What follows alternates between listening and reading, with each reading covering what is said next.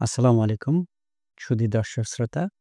আজকে আমরা কথা বলবো প্লাটেলেটের সংখ্যা এবং এটা কমে গেলে তার প্রকারভেদ এবং প্রকারভেদে প্লাটেলেট কমে গেলে শরীরের কি অসুবিধা হতে পারে আর কমে গেলে সেটি আমরা কিভাবে বুঝতে পারবো এবং কি চিন্তা করতে পারবো, কখন আমরা প্লাটেলেট কমে গেলে দুশ্চিন্তাগ্রস্ত হয়ে পড়ব, কখন সেটি জীবনের জন্য ঝুঁকির কারণও হতে পারে।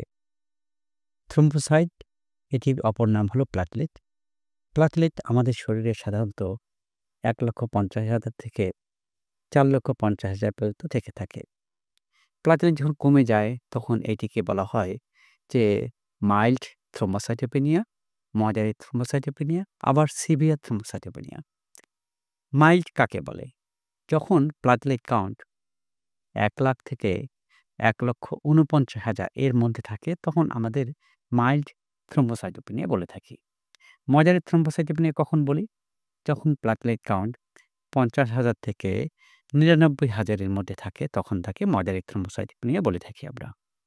যদি প্লাটেলেট কাউন্ট ৫০,০০০ এর নিচে কমে যায় তখন আমাদের সিভিয়ার থ্রোম্বোসাইটোপেনিয়া বলে থাকি।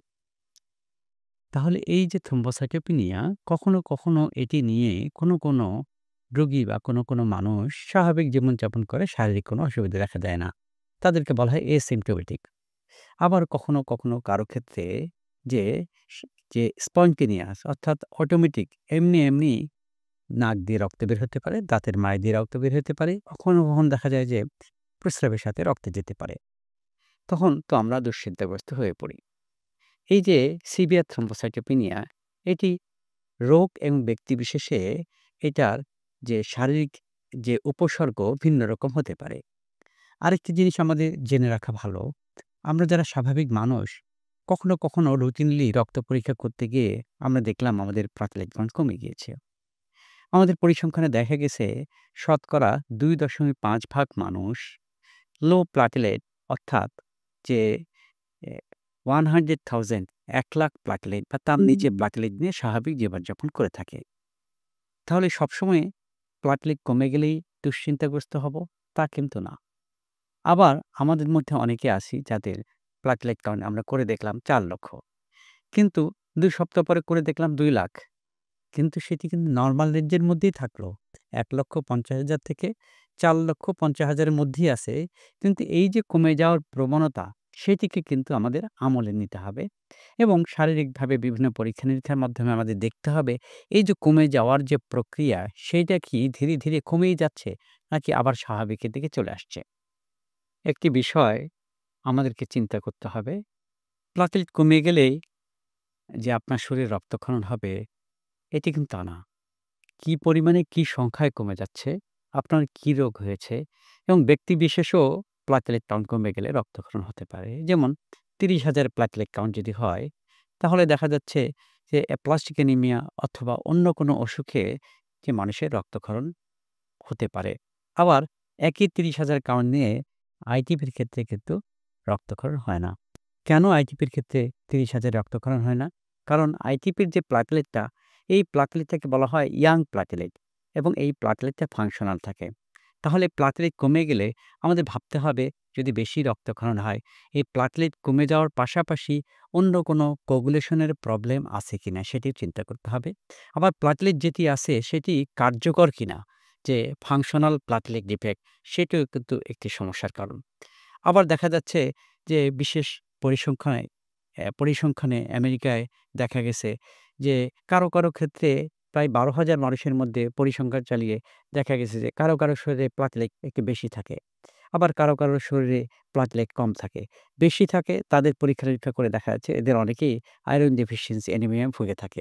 তাহলে বেশি যাদের প্লাটেলেট থাকে, যারা ইয়াং এবং ফিমেল, এদের ক্ষেত্রে অনেক সময় প্লাটেলেটের সংখ্যাটা একটু বেশি থাকতে পারে। কাজেই বেশি থাকলেই কিন্তু চিন্তিত হওয়া যাবে না। ভাবতে হবে কোনো কারণ রয়ে গেছে কিনা। আবার আরেকটি বিষয়, safe platelet count. Safe platelet count এই শব্দটা কিন্তু বা এই যে সেফ প্লাটেলেট কাউন্টের বিষয়টা, এটা রোগী এবং ব্যক্তিভেদে কিন্তু এটি প্রযোজ্য। কাজেই একজনের জন্য যে প্লাটেলেট কাউন্ট সেফ, আরেকজনের জন্য সেই প্লাটেলেট কাউন্ট সেফ না। যেমন আইটিপির ক্ষেত্রে আমরা বলে থাকি ৩০,০০০ এর উপরে বা ২০,০০০ পর্যন্ত প্লাটেলেট থাকলেও তা আপনাদের ব্লিডিং হবে না। কাজেই আমাদের টার্গেট থাকবে প্লাটেলেট কাউন্টটা যেন ২০ থেকে ৩০,০০০ এর উপরে বা মধ্যে আমরা রাখতে পারি। অনেকে দেখা যায় যে প্লাটেলেট কাউন্ট নরমালে রাখার জন্য অনেক চেষ্টা করে, অস্থির হয়ে পড়ে। কাজেই এই ব্যাপারে একটু সচেতন হতে হবে যে সেফ প্লাটেলেট কোন রোগের জন্যে কতটুকুন। আবার অন্যান্য রোগের ক্ষেত্রে যেমন বড় ধরনের একটি অপারেশন হবে, নিউরোসার্জারি অথবা অর্থোপেডিক সার্জারি। আবার দেখা যাচ্ছে যে কার্ডিয়াক সার্জারি। সেই ক্ষেত্রে প্লাটেলেট কাউন্ট কিন্তু যে ১,০০,০০০ এও কিন্তু সেফ নাও হতে পারে, ৫০,০০০ এও সেফ নাও হতে পারে।